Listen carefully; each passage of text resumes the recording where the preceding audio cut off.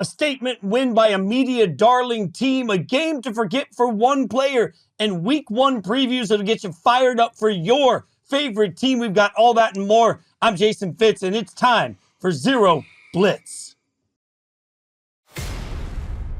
Welcome to the new Zero Blitz podcast feed. I'm Jason Fitz, Charles McDonald, Charles Robinson. I got two. I got C-Rob, I got C-Mac. I feel like I could just, I need a nickname, guys. I don't know what to do here. We've got week one to react to, but do I go like J Fitz or do I go C? Can I just put a C in front of my name? Like C-Rob, can I just start like nicknaming myself at this point?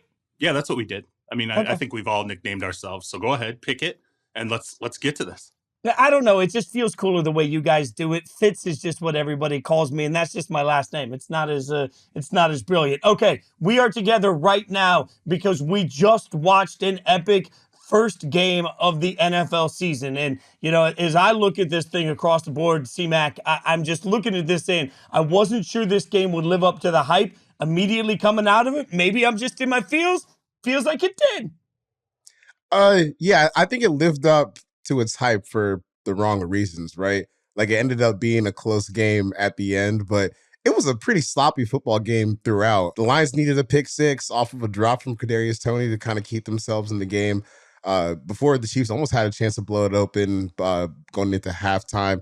And then Kadarius Toney just as a whole, man, there were so many bad plays there for him where he kind of looked like this player last year in the Super Bowl that maybe would take a step. And then this year when he gets his actual first chance to step into a more expanded role at receiver, especially with Travis Kelce out today, I mean, he just blew it. It kind of felt like he was point shaving at times. So but you know, I find the calamity bad play in footballs to be entertaining too. So I still had a good time throughout that mess of a game because I thought it was pretty sloppy. There were points where, you know, I was almost in awe of the Chiefs that they have built a supporting cast that was bad enough that even Patrick Mahomes couldn't get you into the end zone. So this is just so much hate. This is so much hate. See, I'm saying this thing. We're just gonna throw out the point shaving phrase, like week one, day one. We're gonna throw that out. Listen, I mean, look, come on. It was awful, but come on. We've seen this Kadarius Toney, right? We have. This is the Giants. Yeah. This is the New York Giants, Kadarius Toney. This is the guy who got into it with fans. Unfortunately, it felt like he reverted a little bit back to that player who was so frankly disappointing in New York. But I do agree, like it was a very sloppy game. I think for both teams, I sat there and watched and said, okay, I see things, some things. Now, let's not overreact to week one. It's week one. Again, take a breath. But you see things where you go, if this happens again, and this happens in the third game and the fourth game, we're going to know this needs to be fixed. Like Detroit, with all due respect to Amon-Ra St. Brown, I do think they need another high-end wide receiver to be able to throw I thought the running game was great. I thought the line at times was up and down. It seemed like they wore on the Chiefs as the game went on. But I still sat there and I said, where is the explosive, big play wide receiver that they need in this offense? You know, maybe it's Jameson Williams. We'll see if he comes back and can fill that role. But there was that. And then I actually had a couple of people across the league, some executives, we were sort of texting back and forth. And they're like, they shouldn't have passed on Jalen Carter. Like if Jalen Carter was on the interior of that defense tonight, I think some of the things that were going on the edge with the tackle and Aiden Hutchinson become far more difficult, and they don't have to roll Hutchinson inside, and maybe that changes some of the pressure. They complete more pressures against the Chiefs. You know, it's the first game of the year. Let's not completely go overboard, and let's definitely not use the phrase point shaving out of the gate. Good God. I'm going to push back a little bit, though. Like the Jalen Carter thing, which I think a lot of teams are going to do. I think Jalen Carter is going to be a spectacular player in the pros. But we have to remember the context around it, right? Like, it's not as simple as Jalen Carter, the player. A lot of this was going to be about Jalen Carter and how comfortable you were with the environment. And did you think that you had the right support system for him? Sure. I think, like, that's part of this Jalen Carter conversation that is probably fair. To that point, though, there's a lot of good, a lot of bad, and a lot to break down from this 21-20 win. We'll get to all of it. First, I want to make sure that you guys know what Zero Blitz is and what we're going to be doing throughout the course of the season. Obviously, this is a special Thursday night episode of this, but on Sunday night, we'll have Sunday Night Blitz, and that's going to be me and Frank Schwab. You guys don't, apparently want to hang out with me on Sunday nights. It's fine. It's fine. Me and Frank will be doing God's work on Sunday nights. The exempt list with C-Mac on Tuesdays. C-Mac, tell everybody what to expect out of that one. I guess more accusations of point shaving. You know? No, it's it's my little attempt, I guess, at a counterculture football podcast. I tell my friends, if you were in line with Colin Kaepernick, but you're still showing up every Sunday to watch these games, this is the podcast for you. I love all of that, by the way. And C-Rob and I are going to get to work together also. We'll be doing inside coverage with Jory Epstein also. Tell everybody what kind of greatness. I don't want to toot our horn. You can do that for us. What can everybody expect on that one, C-Rob? Well, it's going to be news. I mean, we're going to get into some analysis, but really news, things that Jory Epstein and I are hearing around the league. Things like tonight when I'm sitting there and I'm watching games and, I'm getting texts from other people watching games, and we started to have discussions about like what's missing here. What are you noticing? Earlier, there was a scout who's saying Sam Laporta, I don't think he can get separation, and basically views and, as I said, news nuggets from behind the curtain in the league, what teams are talking about that's not necessarily always on the record types of stuff. And yeah, I mean, if there's point shaving, we're going to get to the bottom of it. I love every ounce of that, by the way. And you guys are going to do all the serious work. I'm also going to have some fun. Zero Blitz on Thursdays will be coming out. That's a new show that we're putting out. And that's me and a rotating group of co-hosts that'll come through. We're going to have everything from celebrity interviews to high energy fun, big social media type of stuff, games that we can play. We're looking to entertain you and give you a little bit of a fresh look at what's coming up in the following week. So really excited about what we have. Make sure that you're checking out the entire podcast stream. It's where you can keep up with all of the shows we're doing, keep up with all of us, and most importantly, you can hear everything you need to hear about point shaving. Have we stressed point shaving enough in the course of the opening portion? I can just feel the boss is getting uncomfortable at this point with a point shaving conversation. So wait. Before we move on, can you tell that the NFL doesn't cut our paychecks here? We're just getting started, baby. That is absolute fact. Now, Thursday Night Football gives us a big win. And what we tend to do as a society, and I'm going to push back on this, we always seem to go for the, oh my God, the sky is falling portion of it. We'll get to the sky is falling portion of it in a second.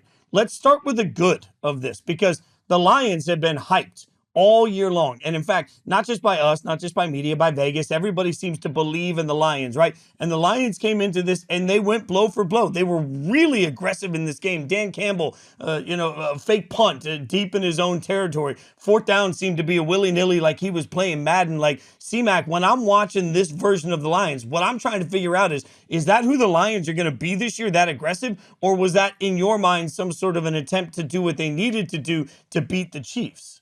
I think it's both. I think they should be aggressive. And I also think in a one-game sample, when Patrick Mahomes is on the other side, you should try to keep the ball out of his hands, especially when you have the easiest way to do that when you're getting to these fourth and short situations. You have arguably the best offensive line in football. You just drafted a running back in the first round. You paid another one. That's something that you should be able to do with relative ease. And it's something that you should have a lot of confidence in yourself to be able to do when you're in those, 4th and 1, 4th and 2 spots. And we saw at the end of the game, Andy Reid went for it on a 4th and 25. You want to know why? Because he knew he probably wasn't going to get the ball back. And what happened? They just ran right down the field.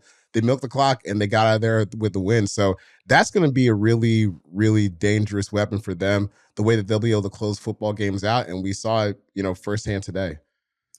I agree with everything you're saying. I think one of the interesting things, though, when you look at the way this one went for the Lions, and, C-Rob, is much as we're going to keep talking about Jahmyr Gibbs, we should. 7 carries, 42 yards, a long of 18 on that. That's great. But David Montgomery, 21 carries for 74 yards. Like, it was very clear that this is currently, at least, a running back split that favors David Montgomery in the backfield.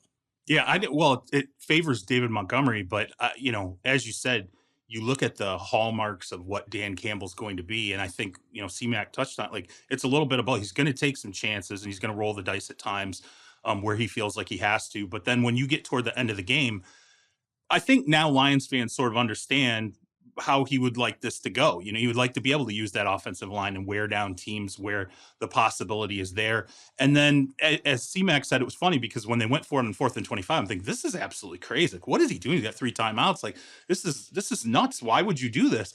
And then I watched them run the ball down the Chiefs' throats and, had all these Kansas City Chiefs fans in my mentions saying, well, it doesn't matter if Chris Jones wasn't there or not, which I just think is complete horseshit. But I mean, to me, it explains the investment in that backfield that they made. Like, I think they knew this is what they can get out of David Montgomery. They knew this is what they can get out of Jahmyr Gibbs. And that tandem to me looked fantastic in the backfield. I like the way that they used it. Again, one game sample that we've got here. But if that's the future and that's how they want to utilize that offensive line, and by the way, protect Jared Goff in a situation like that where you don't have to put it in Jared Goff's hands. You don't have to risk that turnover. You don't have to risk a sack and a fumble. I think it was winning football, and I give it up to Lions. I'm not going to take it away from them just because Kelce wasn't there and just because Chris Jones wasn't there. They did what they had to do to win this game against a good opponent on the road in a really tough place to play. Now, the on the road portion of this is really particularly important to me. Like, a win at Arrowhead means something anytime. A win over Mahomes, and there were certainly times during the game that Mahomes felt like he was just going to have his way, running around, finding ways to get the ball out to guys. Like, Mahomes is always going to Mahomes. We'll get to that part of it in a second too. But I really thought that the Lions came up big when they had to. I mean, if you look in that second half, 2 drives that went deep into Lions territory, and the defense was able to hold the Chiefs to 2 field goals there. That's a massive difference in this game. And as much as we always want to make it about, well, the Chiefs didn't have this, the Chiefs didn't have that, it still takes, at some point, C-Rob, it takes the Lions defense stepping up and making plays. I thought their secondary held up really well in what is a confusing opportunity when you play the Chiefs. Yeah, I mean, look, they did. I thought, and again, remember, it's the first game out. I think people they don't fully understand how difficult it is to play secondary like one game into the season, because there's all kinds of new wrinkles you might not see. There's different things that the offense might be throwing at you directionally, player-wise, personnel-wise, how fast they're getting the line. Are you picking up your assignments? So, I give the Lions some credit here, but I also see where some of this is sort of the Chiefs' story here too. There's a reason why you put a line under Travis Kelce's name and not through it. Okay. And we saw that in this game. You can't continue to take away pieces from Patrick Mahomes and go, he'll make up for it. He'll make up for it. And in that, I guess, window, I thought this is a pretty instructive game for the Chiefs. What would that offense look like against a decent, I think, above average, good Detroit Lions team? I would not say a great defense. What would that offense look like against the Lions without a Travis Kelce on the field? Now we know that. And I think it's A, you got to get Kelce back on the field, but B, you really have to start working hard as an organization to figure out, we either need someone coming up behind Kelce soon because of the age, or maybe to help out in situations right now because of the potential injuries. Yeah, C-Mac, I mean, you mentioned Kadarius Toney to start this thing, right? I don't even know how you get his confidence back. Like, this wasn't a bad game. This was a terrible game. This is the sort of game that sits in your, like, he's going to have to watch that film and see drop after drop, one of which led to a pick 6 that was right in his hands. I mean, if you're the Chiefs, you're looking at Kadarius Toney and saying, man, we don't need Kelce back. We just need you to do your damn job. They need wide receiver talent on this team. And I think that maybe they were hoping that some guys would develop. And like C-Rap said, it's week 1, right? It's a long season. We're just now getting started. But at the same time, it was a little jarring to me when we're watching the game from the broadcast angle and you see Mahomes kind of sitting back there and waiting for something to happen. And it wasn't there. And I know for all of the improvements that the Lions made in their secondary, it's not like this is, world beater status that they shouldn't be able to get open at all. I think that was a pretty big indictment of where they are with their wide receiver talent. And even with that, Mahomes is still making plays like that 4th and 25 throw. There was a chance to bring that in. Obviously the big throw to Toney on the drive before they had that punt. And then, I think Sky Moore had another drop on another big 3rd or 4th down that kind of stalled the drive. So to me, Mahomes is as good as advertised, but the big takeaway is, wow, they somehow have managed to let this deteriorate to a point where they really need someone to kind of get this offense moving again.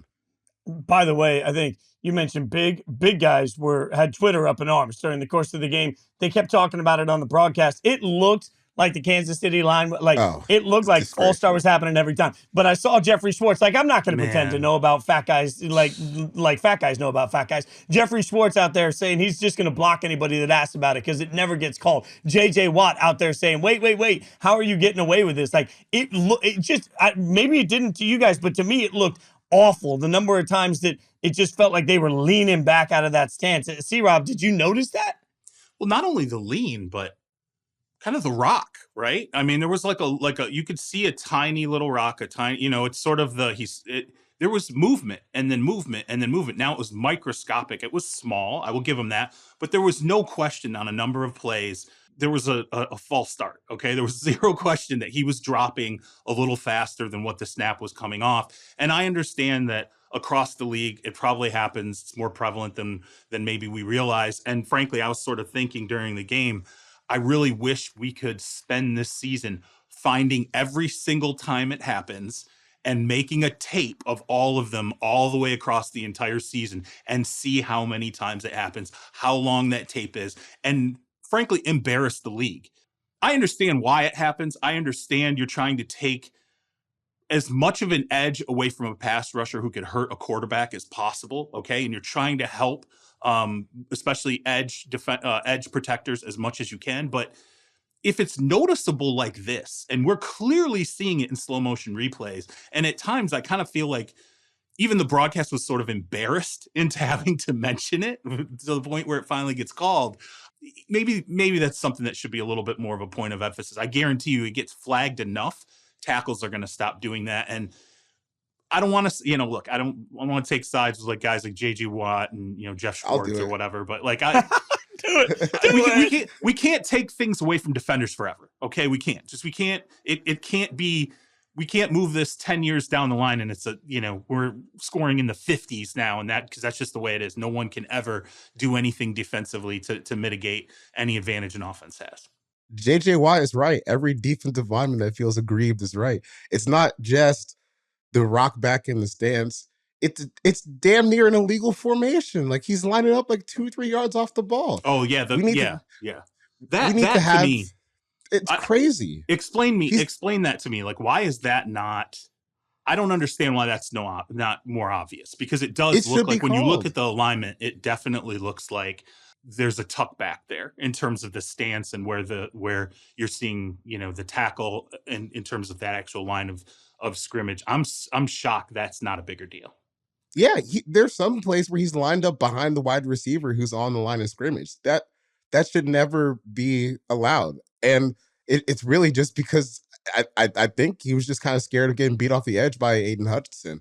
And honestly, he left himself open to a handful of inside moves. There were a few swims and a couple spins where Hutch still got pressure on the quarterback. But man, I think when it's that stark, you got to call it, because everyone's pointing out like, yo, this guy is lining up.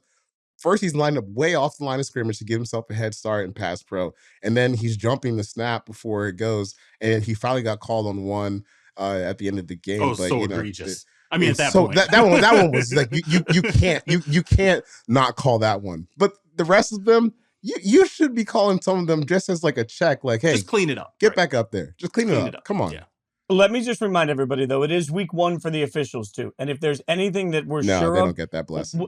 Man, when a broadcast team goes in as hard as Collinsworth did in this one, at one point making a joke about the tackle being a wide receiver, like the league's going to step back and be like, hey, this is a bad look. So we'll continue to break down this game, but I wanted first we'll have a little bit of fun with this. We're going to play a game, all right? We're going to play a real or fake game. So I'm going to give you guys a statement based on tonight's game, and you decide if it's a real statement or a fake statement. And we will start with a very, this may have just been tonight. Maybe it's the whole way. The Lions have a dominant offensive line. C-Mac, is that real or fake? Real. Then they've invested a lot into this. 3 first-round picks, another free agent signing, Joe Jackson's turned into a stud. That's real. Very real. Yeah. C-Rob shaking his head with disgust that I even asked. Go ahead. Come on, man. It's 24 carats, man. Send it to Fort Knox, okay? It's real. That's good. We're good. I really wanted you to sing Bruno Mars 24 carats. Maybe we could work on that for next time. I'm just on. Look, I give you a little softball to start with. And by the way, investing money, I mean, the Bengals did that for years. It didn't fix their offensive line. But I agree with you. It is a legit offensive line. What about this one? The Jahmyr Gibbs hype is real after one game. C-Mac, you in on that?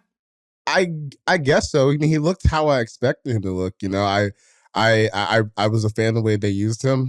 Kind of getting him outside the tackles because it's probably where he's best. But to me, what was so astounding is the acceleration. As soon as he gets the ball, he is flying down the field.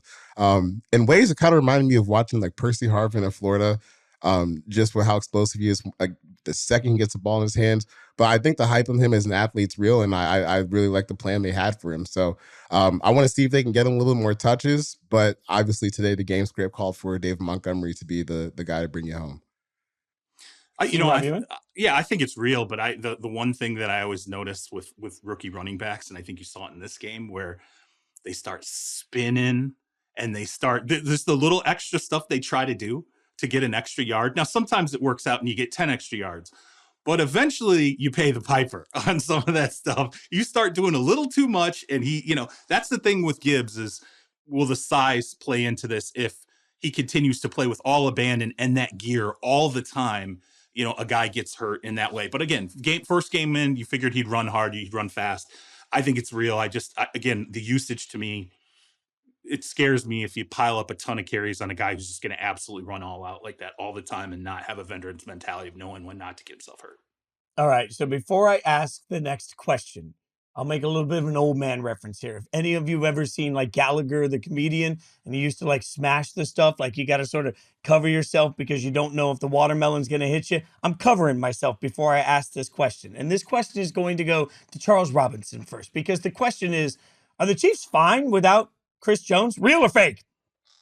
Oh, come on. That's fake. I don't, you all you had to do is see my mentions tonight with me arguing with Chiefs fans. And, I make the joke where I'm going weapons free on, Chiefs fans from now on. There's no holding back on criticism, because that's just this idea that he could not have factored in late in the fourth quarter when the Lions get the ball back, and all you got to do is stop them. Just stop them. And they straight up ran over the Chiefs defensive line the entire time. I don't care if you think Chris Jones is an elite run defender or not. He is an occupier. He's someone who matters to the opposing offensive line. And oh, by the way, he's someone who helps take some steam out of those linemen by the end of the game. Maybe they're not able to wipe you out as easily. Absolutely. I think it's real that this defense needs Chris Jones, and it's absurd to me that people would think otherwise. Oh yeah, they need him. They need him big time. And honestly, I think some of the issues that they have on offense, you just got to get someone. You got to get someone on both sides of the ball who could just make plays for you. Just someone who can make a splash play, tackle for loss, a sack, a quarterback pressure, right? A momentum changer, right? Right. Especially against an offensive line that good. You need your guy, the only guy that you have really that can go toe to toe with an offensive line like that. You need him in that game, and they're going to need him obviously as they move down the season. I think when you got Mahomes as your quarterback, you're still probably going to win, or at least be a position to win most every game you play. But we saw tonight, there's times when you got to have it on defense, or at least need to have a chance of someone to win a one-on-one situation, and they didn't have it. They need to get him back as soon as possible. I'm going to chime in on this one and just remind everybody, one of the most valuable lessons I ever learned from Harry Douglas, former NFL player, like a brother to me. And when I sat down with Harry and I asked him about every week in the NFL season and just what it looks like, he said, day one of the install on the offensive and defensive side of the ball, you go into your meeting and they identify the game wreckers, and you spend day one figuring out, and that was the term he always used, they always used with him and his different teams. You figure out what you're going to do to counteract game wreckers. So I asked him, what happens if they don't have game wreckers? And he said the whole week gets easier. Think about just the process of preparation for every team when you know you might not have a Chris Jones. Think about the way the game is approached when you don't have a game wrecker. And that's not just my opinion. That's from somebody that had a successful NFL career. I always remind that because fans seem to get so worried about who wants money and who shouldn't want money and all of these other things. Yep. You forget that at the end of the day, the NFL, your team should always be better if you have a game wrecker on it versus not having it. Like, I'm not trying to oversimplify y'all, but it seems simple to me. Well, yeah, Fitz, it is. Guys, it is simple. If you're sitting there right now and you're arguing when you watch your team get curb stomped at the end, where the Lions are just like, we're just going to take it from you. They took it from them. They took it from them on the last drive. And not only that, I think C-Mac's right. I think Andy Reid knew they had the ability to just take it from them, which is why he goes for it on the 4th and 25. If you have convinced yourself that let's just forget about that and we'll blame everything on the Kadarius Toney mistakes, which absolutely that changed. But there's a multitude of things that change games. And when you get late in the 4th quarter, there are players who can help you clean up earlier mistakes, who can get stops and make pivotal plays when you need it in a pivotal moment. You can't tell me that Chris Jones, because he's asking for a bunch of money now, is just, let's not even talk about it. That's BS. You are letting that cloud your judgment as a fan if you really believe that. All right, let's keep moving on the real or fake. And the next one, speaking of pass rushers, Aiden Hutchinson, defensive player of the year caliber player. C-Rob, you just gave me a smirk. Go. What do you got, man? I mean, like, I hate to say fake about anything about Aiden Hutchinson, but come on, man. Like, he looked amazing, and I think there were a multitude of pressures. I like that they were able to roll him inside on a guard, and there's an element of his game that it's not like it's just all athleticism or length or this or that. There's a lot of try hard to him. I think he's definitely an upper caliber edge rusher. I don't think he's quite yet on the defensive player of the year caliber. But now, could he get there someday? Sure, maybe. But I think first game out after a really good rookie season, to me, the trajectory is still pointed upward. We're a game in. I thought we agreed we weren't going to go overboard. Yeah, fake. Come on. Would you give Aiden Hutchinson that Nick Bosa contract right now? Ain't no way. No. Yeah. But, he ain't Myles Garrett either. It's early, y'all.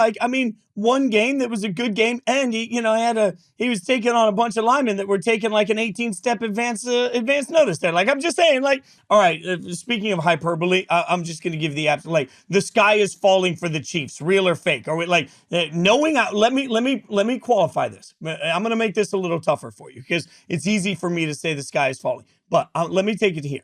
The Chiefs and Patrick Mahomes have never played a true road game in the playoffs. We know how good the AFC is going to be this year. So while this is a very early loss and there's plenty of football left to be played, we can all agree with this. It is still a loss. So is there reason to be concerned if you're the Kansas City Chiefs right now, C-Mac?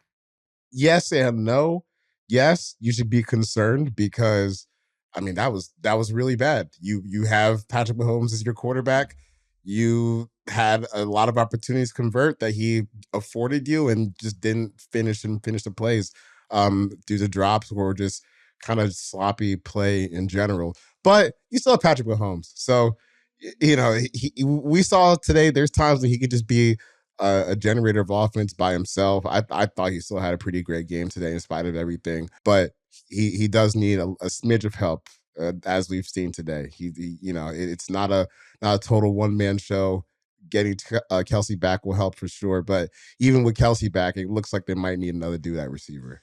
This is gold-plated, right? It's real and it's fake. There's kind of both of those elements. To me, it's fake in the micro when you look at it because so many things were self-inflicted for the Chiefs in this game, right? There were, the drop balls. There were just certain mistakes where you're like, if they just clean this up, they'd probably win this close game at home in this situation, despite being down your second best, your best offensive player, not named Pat Mahomes, and your best defensive player. Now, it's real, I think, in the macro when you sit there and go, you just lost the game at Arrowhead, okay? Which means that's one less advantageous game you can put into the win column later. You'd rather lose a game like this on the road.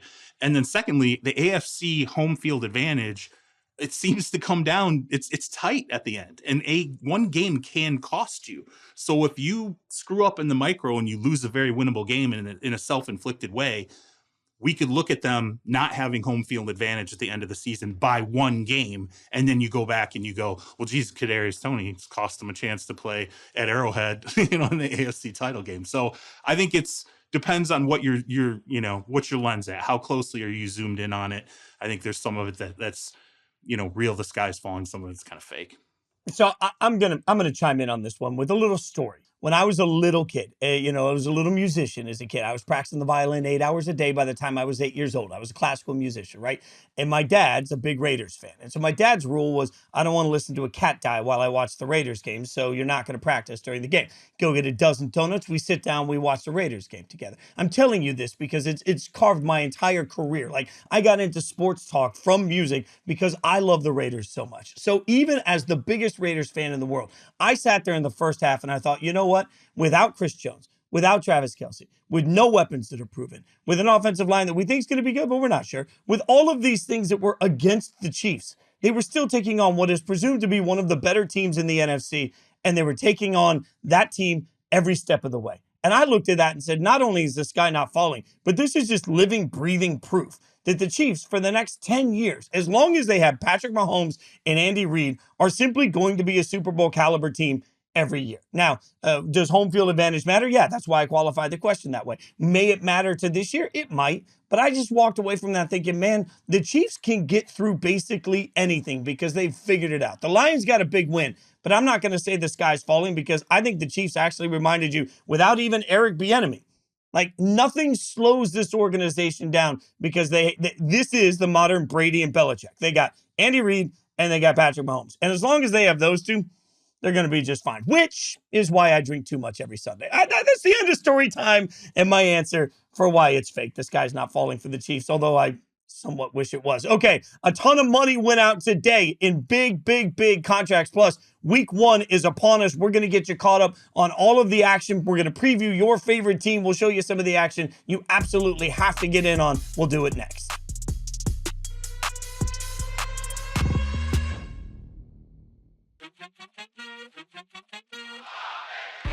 Charles McDonald, Charles Robinson. Can I like C Fitz? Like C Mac, C Rob, C Fitz. We'll just like we'll work on it. We'll work on it. Yeah. C Fitz. Man.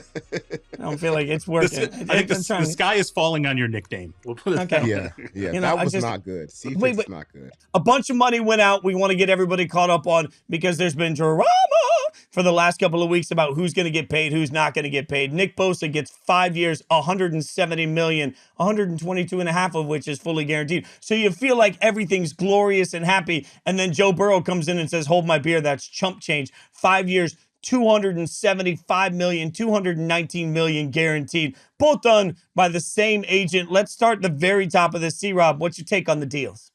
These were both done. Look, Brian Arolt, the agent, he's not stupid. So when the Nick Bosa deal comes in, you space them out, right? You give both guys their day in the sun. So Nick Bosa has his moment. He's, celebration. Wow, what a big contract. Brian Arolt gets his ticker tape parade for doing this massive deal.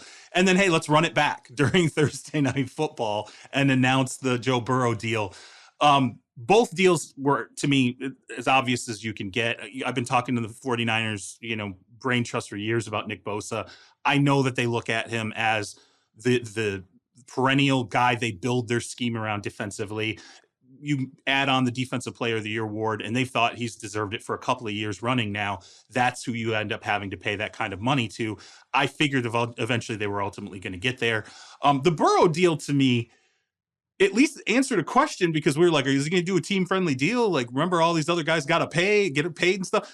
I would say Brian Arolt won that argument, okay? I think Brian Arolt told Joe Burrow, listen, man, you know how many shots you're going to get at this to set the market, to be the highest paid player in the league, to make this kind of money.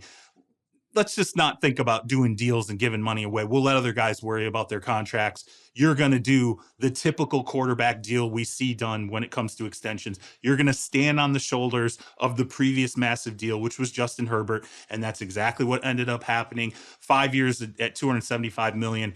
And as you said, the guaranteed money, the way that breaks down, when you're getting upwards of almost $220 million in guaranteed money, it is a classic massive deal that gives the Bengals their centerpiece forever. Now, though, I don't know what they're going to do with the rest of the band. I don't know that you can sign both Jamar Chase and T. Higgins to the long-term deals that they're going to need and be able to pay other players on the team.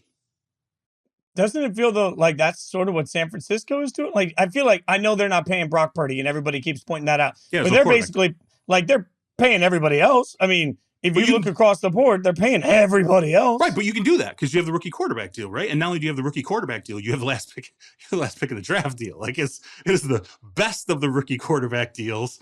And you max that out as quickly and as long as you can, which is what they'll do with Purdy.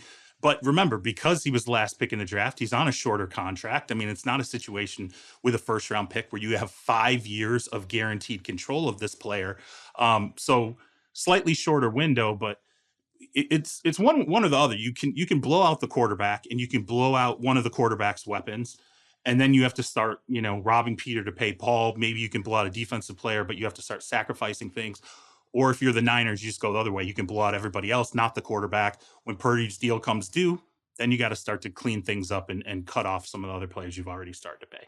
I get that. C-Mac, I'm gonna drop a little knowledge on you, a little nugget that I learned. I had some stats guys a couple of years ago run the numbers. We ran them again last year. I'm gonna take kickers out of this equation for a second. But if you look at the last 13 years, only one player has ever won a Super Bowl in the year that they had the highest contract of that year. They were the highest paid at their position that year. That was Gronk. He's the only person that's ever done it. So, like, it's on the one hand, and we started this by talking about Chris Jones and how, like, I want guys to go get paid.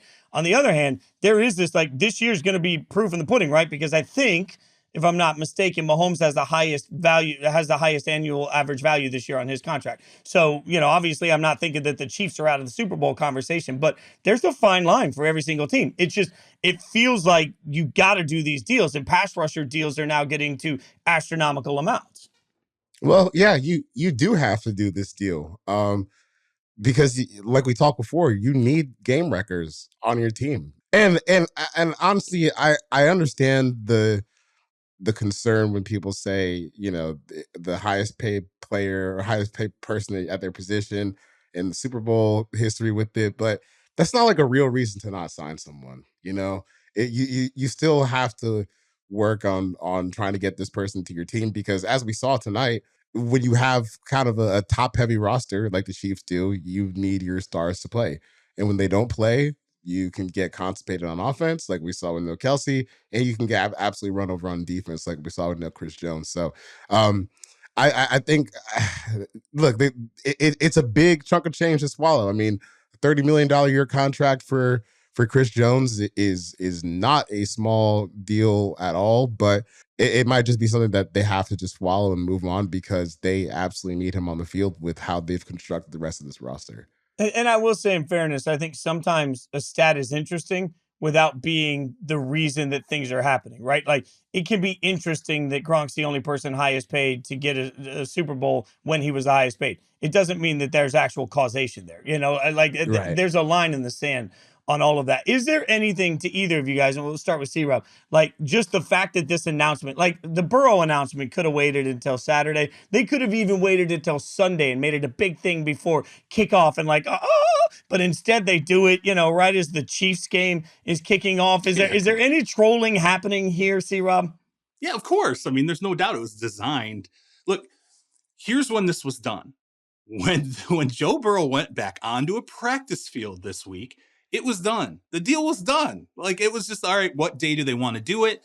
Again, the agent's handling the two biggest deals that are going to drop in defensive history and offensive history. How does he want this to roll out? And then obviously, how do the players want it to roll out? It's marketing 101. You want to do it for max effect.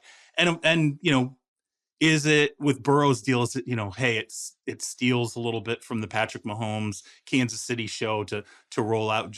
I thought maybe they wait until Friday, to get this done. But for max effect, you would want to do it on the night when everybody's focused on the game, when everybody's, watching TV. And if they're not on social media, they hear people talk about it during the game broadcast that Burrow got this deal done. So again, from the marketing standpoint, you understand it. I still don't think it's coincidental that it happened during a Mahomes game. Right at the start of the game. right at the start. And maybe with a little bit of a presumption that the Chiefs were going to win this game because they were a 6.5 point favorite. Maybe, I kind of like this trolling, though. Like, I'm all in for this. Whatever this thing is between the Bengals and the Chiefs, I'll take all of it. Throw the Bills in. Like, I that's one of the things I keep stressing. To me, right now, what I think is exciting about the AFC, and part of what I love about this season, is that we all remember what it was like when we had like peak Peyton versus Brady. If we can get peak Mahomes versus Burrow versus Allen, like I'm gonna take that.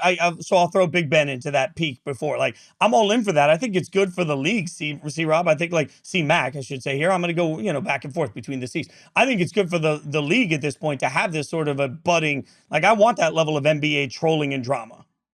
Yeah, it's great. I every time the Bengals and the Chiefs are talking about each other, I can't get enough of it. I like all the petty drama, um, especially when it's being backed up on the field. Sometimes it's funny when it's not, but it's always best when it is. So this rivalry that we have with, to me, it really feels like the main players, the Chiefs and the Bengals, as far as their interactions with each other, with the Bills kind of being like a little third character off to the side.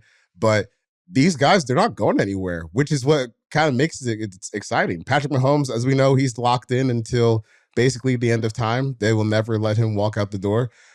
Joe Burrow just signed his deal. Josh Allen recently signed a deal. Shoot, even Lamar Jackson, he and Patrick Mahomes have had some duels in the past. He's just got his deal. So I think it's really cool that we get to see these guys get locked in with their teams for the future, making big money, and like they interact with each other in a way that is a little bit different than what we've seen from quarterbacks in the past. So I'm excited. I got a big kick out of it when the game started, and the first thing I see when the game starts is a message of sending me, holy, do you see the Joe Burrow contract? That's a good little troll on their part. And like C-Rob said, it definitely felt intentional.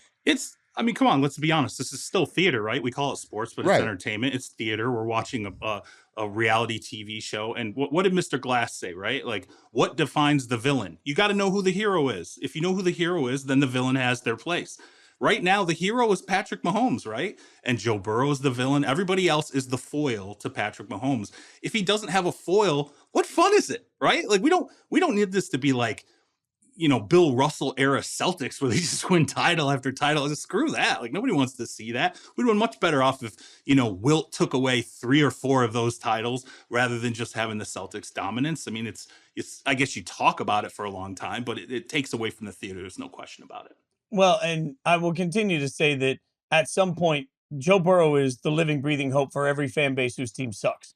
Because if you're a Bengals fan, your team has sucked for a long time. Like at a level of like you've lived in a barrel of suck you didn't know existed for a long time. And then one player turns around, and there's a lot more to it. I get that. But one player turns around and just changes the way you feel about being a fan, changes the way the city feels about their team. It changes the way the league views the organization. Like the Bengals change overnight because of Joe Burrow. And that's the reason that by week 4 or 5, that there'll be a fan base obsessed over Caleb Williams. Like this is what happens every time because Joe Burrow offers that level of hope, right? That this money is really about hope and relevance for the next 15 years. You strike on your quarterback now, y'all. Like you've got somebody for 15 years. Like that's the new NFL. So that's why this is also so empowering for these fan bases that are used to their teams, frankly, just being trash. Yeah, I mean, the thing is, too, Burrow's got that quality. We've all played pickup basketball, right? And every once in a while you come across someone who's exquisitely talented, and they're like, I'll take whoever. Just give me 4 guys. Just give me 4 guys, and I'll go out there. I don't care what your team is. Let's run it. I'll take the 4 scrubs. And now Burrow isn't working with scrubs, but he carries himself like, whatever. I mean, it doesn't matter. If we're down, it's fine. I'll take the 4 guys. Let's go. Like he carries himself with a mentality that I think a lot of people gravitate to. And again, he's not playing for a franchise that's been filthy rich for years, right? When the Lakers are great, you're like, great, awesome. Lakers got another great player. Like, all the years Duke basketball was down. He's playing for the Bengals, like I guess if you've got your own team's rooting interest, but if you're just watching a game on Sunday, you're not going to lean into the riches. You're not rooting for the Yankees if you're not a Yankees fan. You're not rooting for the Lakers if you're not a Lakers fan. You're usually rooting for the underdog. And I think the Bengals, in a big way, no matter how much talent they have, they're still kind of looked at as underdogs. By the way, there's going to be some big decisions coming. We've talked about it, but Jamar Chase, T. Higgins. Like, they're going to have to make some substantial decisions on where to put their money. So we'll see how that plays moving forward. Speaking of moving forward, week 1 is finally underway. That means all the action is in front of us. So let's go have a little bit of preview fun here. Let's each pick a game that we're wildly excited for this weekend. We can start with C-Mac here. C-Mac, is there a game that pops on the calendar that you're like, I have to shut everything down, I just want to see this football game? What's the one for you? Miami versus the Chargers. That to me, that's the game that I really, really want to see. Mainly because there was a game last year when they played each other.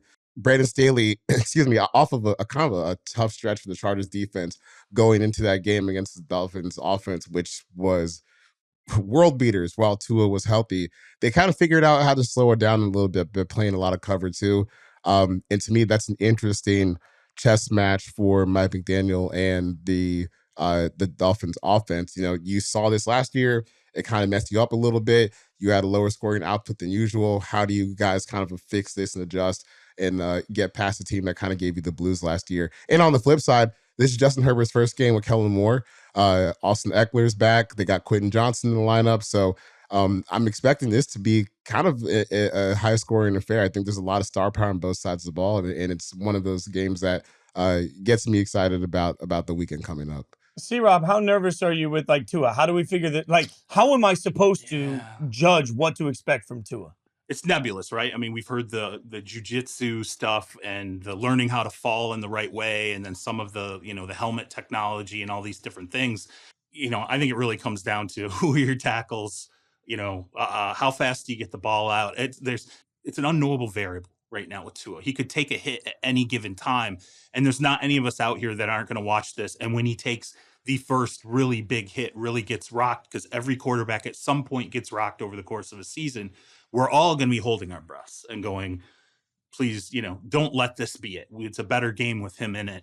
Yeah, it's, and I don't know, it might dissipate a little bit as we start to work our way through that, but I feel like it's something that's always going to be there with him. Every big hit he takes, there's always going to be a little bit of holding your breath just because of what you remember with those concussions. And also because so much of this is unprecedented. We know how to process a hamstring or an ACL or any of those, God forbid, injuries. We don't know how to process this one. All right.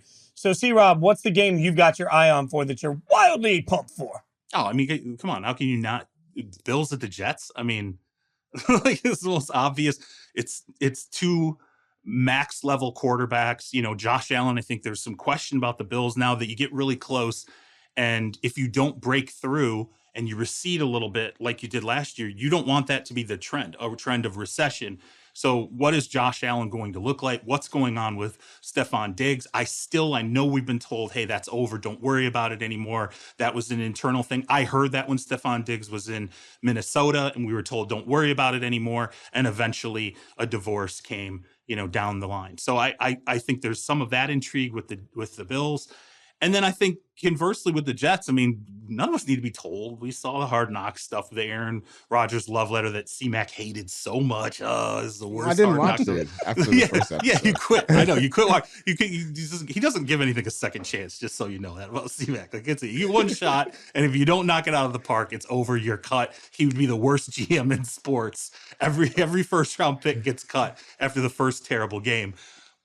Well, we don't miss in the first round. Okay. But look, I want to see, can the Jets, can they protect Aaron Rodgers, right? That's going to be a huge thing here. Exquisite offense, skill position pieces, all these different things. But if they can't protect Rodgers, it's going to hurt that offense significantly. And then conversely, I want to see the Jets with a big challenge out of the box. I think the Jets have the talent on defense to be, I don't want to say easily the best defense in football, but they definitely have the talent to be that kind of transformative defense. I want to see them perform literally from drop. If you're going to do it, if you're going to be it, you do it out of the gate. We'll see. They're going to have their hands full. The one thing for me, I see an early schedule that's hard for the Jets. And that could go wrong and the team's still good. But then all of a sudden, New York media, you know, and they're not the kindest. Aaron Rodgers right now is getting kid gloves. Like, are we looking for some sort of dramatic implosion in the relationship between Aaron Rodgers and the media? Like, I just don't know how that's going to play out. The schedule early is tough for the Jets. It's tough. And, you know, we're in the Aaron Rodgers love affair now. if he gets sacked 7 times on Monday night, maybe we'll hear a little bit of a different tune. But for now, I think he's gonna have a little bit of a grace period to kind of get things on the way because this is a shift for him. I mean, I know he's got Nate Hackett here to kind of ease the transition, but he did just spend damn near 20 years in Green Bay. This is his first year in New York, so I do think that and his overall greatness, and not just that, but this team is really starved for a quarterback before this regime got here, even. So that's going to get him just a little bit of pass with the fan base too. So I'm excited for this game. As someone who just loves defensive line play, I mean, I will be so locked into every Jets game this season, especially on defense. The way that they've stacked talent on defensive line, they've got a lot of first round picks up there. Robert Saleh plays a scheme where they just kind of get to cut loose and be like the most destructive version of themselves. So once you get that Quentin Williams deal done, everything kind of falls in place around him as the key to your defensive line. And they have a tough test out the gate because Josh Allen, even with the questions the Bills have on their offensive line, he's still a tough guy to bring down, a tough guy to tackle in space. And I think that that's going to be potentially where the game is won for the Jets. Fitz, man. Even if Rodgers is a problem, they're going to blame everybody else for at least a little while, right? A little bit. Blame the receivers. They're going to blame they're going to blame the offensive line. They're going to blame C-Mac for the time he came to practice. It's going to be everybody else, at least for a little while. Yeah, you're right about that. But when the Jets, this is my bold take for the year, the Jets going to finish third in their own division and miss the playoffs. When that happens, the sky is going to be falling. I'm still highly in on the Bills. And by the way, if Tua is healthy, then I'm in on the Dolphins above the Jets too. And if this is what I do as the season starts. I apply universal benefit of the doubt. So if I have to give Aaron Rodgers the benefit of the doubt that the thumb's fine, age won't hit him, he'll easily assimilate into this offense, I'll give the same benefit of the doubt that Tua stays healthy. And when he was healthy, MVP candidate. Dolphins are a better roster. Dolphins are ahead of him. Bam! Look at that. I walked myself into that, and I will just stay out of my menchies as I try and figure out how Twitter reacts to that. I'll give you a game that I'm pumped for. And I thought, frankly, I was going to go Cincinnati-Cleveland because I am really pumped to see where those two teams are. But I'm going to go different on this one. I'm going to go 49ers-Steelers. And I'm going that way because of quarterbacks, essentially. As we've talked about over the course of the last couple of weeks getting ready for the season, I didn't expect much from Kenny Pickett. I think the Steelers have given him so many weapons at this point, and he's been better than I expected. If we look at the preseason play, it's one thing to do it there. It's another thing to do it against this 49ers defense. On the other side, we're just presuming that Brock Purdy, who was this incredible story last year, not only runs it back, but has no adverse effects from missing so much of the offseason and having an elbow issue. So I'm genuinely curious for two teams. The Steelers were on the verge of playoff caliber, and they didn't have their offense set last year. The 49ers were on the verge of the Super Bowl with Purdy, right? So I constantly look at this and say, if we're going to try and see contenders, iron sharpens iron. I think both of these teams are obviously very good on the offensive side of the ball. So this is a chance to find out how those two quarterbacks are going to step in to this season. So I'm actually genuinely interested in a little bit of an unusual matchup in that one. I can't tell C-Mac if you're just making a face at me or if you just hate this game. Oh, no. My computer popped up with something. I'm trying to move it off the screen. It says I'm going to get booted off in 10 minutes for a critical security update. That's staggeringly, that's staggeringly honest. I appreciate that. See, Rob, any thoughts on 49ers Steelers? I mean, you were kind of talking about a critical security update, right? For the quarterbacks when it comes to those two teams. I'm with you. I mean, you watch the Niners and you realize when I went through camp, I'll circle numbers on the roster where I'm like, wow, this is a really intriguing, talented player. And the Niners are stacked. They're loaded. I mean, they're loaded really across the board, offense and defense. And so to me, I said to myself, particularly after watching Christian McCaffrey, who, by the way, watching him in practice, I'm like, this guy looks lights out. I would never really believe there could ever be another MVP running back season, but he just looked as good as I've ever seen him, capable of replicating that 2,300, 2,400 yard from scrimmage type of season. But I was like, well, what can screw this up? It's what you said. I mean, it's Purdy knowing he was still on a continuum of growth, knowing it was still a situation where teams are collecting film on him, trying to see, okay, what does he do poorly? Where do we have to direct him? What mistakes can we bait him into? we're still in that territory with him. He's not a refined product. He's not finished.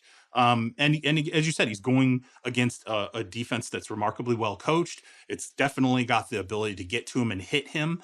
And we talk about Tua kind of having our breath every time he takes a big hit. I think even Purdy, you're kind of like, hey, it's still an elbow. Okay. It's not, of all the things, anything related to your throwing arm or, your elbow, it's always going to be an issue where you don't want a recurrence. And it wasn't that long ago he was in a sling, and it makes it a very intriguing game from that aspect. And I told you before, I went through Steelers camp and Pickett looked ready to take a big step forward. But, I'm with you. It's preseason. We don't know if that's real. And the 49ers defense will tell us a little something about it right away.